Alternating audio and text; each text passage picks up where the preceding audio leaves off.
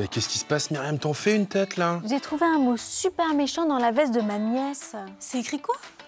T'es bête, personne t'aime. Ouah, mais c'est super pas sympa, ça. Elle en a reçu d'autres démos comme ça, ta nièce? Mais je sais pas. Bah, tu devrais lui demander, hein, parce que ça se trouve, ta nièce, elle est victime de harcèlement scolaire. Ah ouais, le harcèlement, c'est quand un camarade te fait du mal, physiquement ou verbalement, et de manière répétée. Il peut te taper, te bousculer, se moquer de toi, t'insulter régulièrement. Et ça touche des milliers d'enfants chaque année, à tel point qu'il existe une journée spéciale au mois de novembre, tous les ans. L'équipe, on va pas rester comme ça sans rien faire. Non. On part sur le terrain. Moi, je vais aller du côté d'Orléans. Là-bas, je vais rencontrer des enfants qui vont me raconter ce qu'ils ont vécu, ce qu'ils ont vu. Moi, je vais bouger du côté de Lyon, rencontrer Monsieur Tan, c'est le créateur de Mortel Adèle. Et justement, il a créé cette héroïne parce qu'il avait subi du harcèlement scolaire quand il était plus jeune. Et de mon côté, je vais aller à Molenbeek, en Belgique. Je connais une école qui a un jeu pour éviter le harcèlement. Notre mission du jour, c'est de comprendre comment faire face au harcèlement scolaire. Mission Info, c'est parti. Ça peut se passer dans la classe, à la cantine. Alors, chut, elle arrive. Dans les toilettes. On croit souvent que ce sont des chamailleries d'enfants, mais pas du tout. Le harcèlement, c'est quand quelqu'un fait du mal à quelqu'un d'autre, exprès et plusieurs fois. Bonjour. Bonjour. Dans toutes les écoles de France, il y a des situations de harcèlement. Qui, dans cette classe, a été témoin de harcèlement, a été harcelé ou harceleur? Vous allez nous raconter ça tout de suite. Bonjour. Bonjour, Comment tu t'appelles? Elena. Est-ce que tu peux me raconter ton histoire? En fait, je me suis fait harceler l'année dernière. C'était après l'école. Il y avait un camarade de classe qui arrêtait pas de me donner des croche-pattes. Il me donnait des coups de pied et il me disait à chaque fois que j'étais nulle. En fait, un soir, quand Elena elle devait rentrer chez elle, elle disait « mais j'ai peur de partir, je sais pas... Et moi, je savais pas trop quoi faire parce que je savais pas si je devais le dire ou pas. Moi, j'étais témoin de ça tous les jours quand je sortais avec Elena. Il y avait quelqu'un, en fait, il lui courait après, il lui donnait des croche-pattes avec son sac, il lui donnait des coups de pied. Comment t'as vécu ça, toi? Moi, j'ai essayé de dire à Elena d'en parler. Moi, j'ai essayé surtout de dire à la personne qui l'a fait d'arrêter. Mais ça n'a pas forcément marché tout de suite. En fait, je suis partie raconter tout ça à mes amis après. Et du coup, après, elles l'ont dit à une maîtresse. Et du coup, après, la maîtresse, elle a tout réglé. Toi, pourquoi t'as fait ça? Parce que Elena, elle avait dit un, deux ou plusieurs fois que je suis bête et ça m'a... je l'ai pas bien eu et j'ai commencé à le taper avec mon pied. Et t'as entendu ce qu'elle a dit, Elena, sur son expérience? Oui, et après, je me suis arrêtée. Qu'est-ce que ça a changé? Ça a changé que je suis plus attentive aux autres. J'essaie de plus faire mal aux autres. Bah, c'est super, hein. Félicitations. Bah, merci beaucoup, les enfants, pour votre confiance. Au revoir, monsieur. Mais c'est trop cool qu'ils aient réussi à régler si rapidement cette affaire de harcèlement. Ouais, tu sais, souvent dans ces situations, on se rend pas tout de suite compte de ce qui se passe. Et puis petit à petit, l'un commence à souffrir pendant que l'autre, en fait, ne réalise pas réellement ce qu'il est en train de faire. C'est vrai qu'on a souvent peur d'être victime de harcèlement, mais on oublie qu'on peut aussi être le harceleur. Et il n'y a pas un numéro de téléphone d'urgence qu'on peut appeler si on est harcelé ou qu'on a des questions? Si c'est le 3018, tu peux l'appeler et raconter ton histoire à une personne de confiance. T'as pas un train à prendre pour... Le train, mais ouais, je vais être en retard de dingue. Phil! Alors moi, je pars direction Lyon. On prend le train à la rencontre de Monsieur Tan, c'est le créateur de Mortel Adèle. Et figure-toi que Mortel Adèle a été imaginé parce que lui-même, l'auteur, a subi du harcèlement à l'école. Ça y est, on est arrivé à Lyon. Mot de passe. Mission Info. Bienvenue. Salut.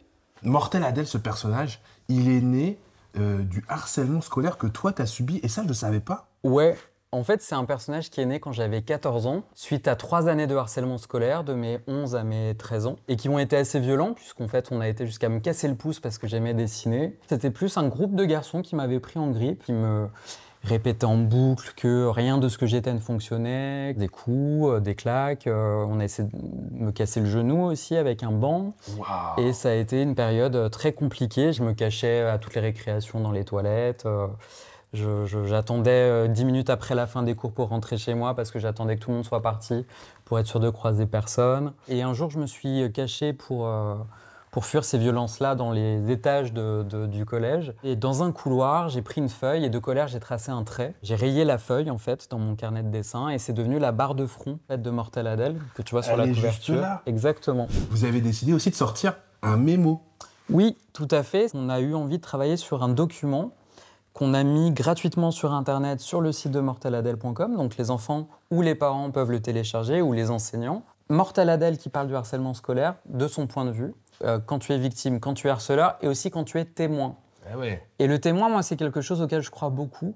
On voit dans la cour de récréation ce qui se passe. Et des fois, on réagit pas. Et on réagit pas parce qu'on se dit ça va me retomber dessus, ils vont s'en prendre à moi. Alors qu'en fait, on a un grand pouvoir quand on est témoin, c'est qu'on peut choisir la direction qu'on va donner au monde dans lequel on veut vivre. Tu vois, là, par exemple, ta Jade, elle va bousculer Thomas, qui est un personnage qui est un petit peu fragile dans la cour de récréation. Et tout de suite, tu vois, Mortel Adèle, elle voit ce qui se passe. Et c'est là qu'on parle du témoin. Et là, elle arrive. Elle se dit, mais moi, je peux répondre à Jade. Moi, je suis d'égal à égal avec elle. Et si elle s'en prend à Thomas, c'est pas grave parce que moi, je peux aider Thomas. Et c'est là que, quand elle repart, Thomas, il a retrouvé le sourire. Et c'est Jade qui fait la tronche. Et regardez qui est là. Eh ben, c'est Diane, l'illustratrice de Mortel Adèle. On va lui demander un petit dessin. Et sur le thème du harcèlement, hein, Diane. Ouah, c'est fou. Je suis en train de devenir le personnage d'une BD qui a été vendue à plus de 24 millions d'exemplaires. Mais regardez comment c'est trop cool. Est-ce que c'est pas trop moi l'équipe, ça? Alors, je réponds à la question. Est-ce que je veux devenir garde du corps pour 24 millions de lecteurs? La réponse est oui. Comment faire face au harcèlement scolaire? On récapitule. 1. D'abord, ouvre l'œil. Le harcèlement, ce n'est pas une dispute. C'est quand on s'en prend plusieurs fois à quelqu'un pour lui faire du mal. 2. N'oublie jamais que tu n'es pas seul. Si tu es victime ou témoin, parle-en à un adulte de confiance et ne garde jamais ça pour toi. 3. Il existe un numéro, le 3018, que tu peux appeler pour parler et être conseillé. Ça y est, je suis arrivée à Molenbeek, un quartier de Bruxelles en Belgique. Dans cette école, les enfants apprennent à lutter contre le harcèlement en jouant. Je vais voir ce que ça donne. C'est la fin de la récréation. Je vais aller dans la classe de Marion, c'est une classe de CM2. Bonjour Elise, bienvenue. Salut Elise. Ça tombe super bien que tu sois là. On va justement jouer au jeu du village. C'est un jeu contre le harcèlement et le village représente notre école. Pour commencer, chaque élève va piocher une carte qui va lui donner un rôle pour réagir en cas de conflit. Et j'ai pris la carte du veilleur. C'est pour éviter les violences verbales comme les gros mots ou les insultes. J'ai pris gardien. Gardien, c'est violence physique, c'est-à-dire frapper et tous les gestes brusques. Ça, c'est le conseiller et il doit empêcher de faire des disputes. Et donc ensuite, chaque enfant met sa photo sur la carte du village. Donc là, on se dirige dans la cour de récréation pour continuer à jouer au jeu du village. Chaque enfant garde son rôle et le but, c'est de voir comment ces rôles peuvent éviter les conflits, les bagarres entre enfants.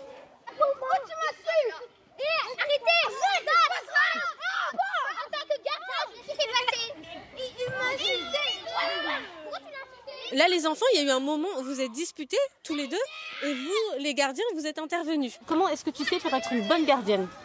Je pose les questions, qu'est-ce qui s'est passé, et après je vais demander de faire la paix. Pourquoi est-ce que parfois ça ne marche pas?